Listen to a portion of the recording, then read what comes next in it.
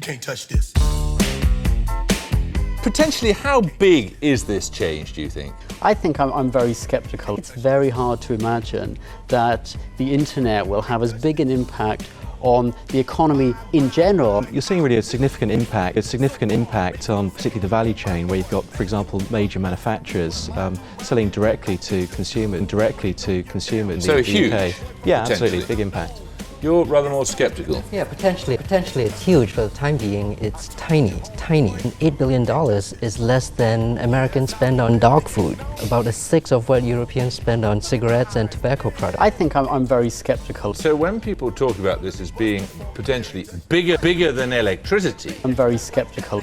It's an extraordinary claim, isn't it? It is extraordinary. The huge impact will be in the trade of travel information, in software, financial consulting services, and the music industry. What do you make of the potential scope of this?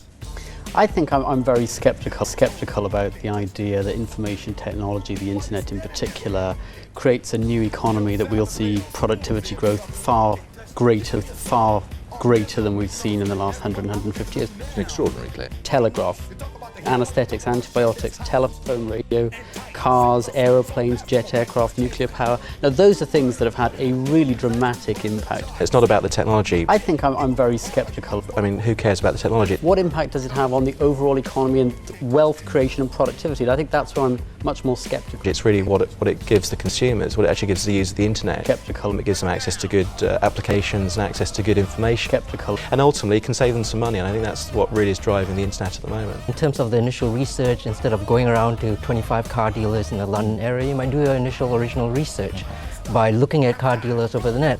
Would any of you seriously contemplate doing business? It's very sensible to be sceptical. With someone electronically without meeting them face to face? How many of the things that are bought and sold ultimately will be traded via the internet?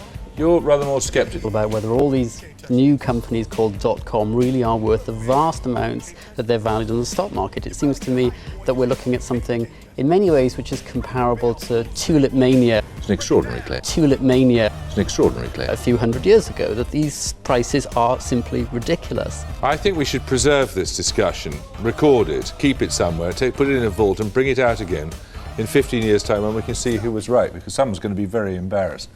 Thank you all very much.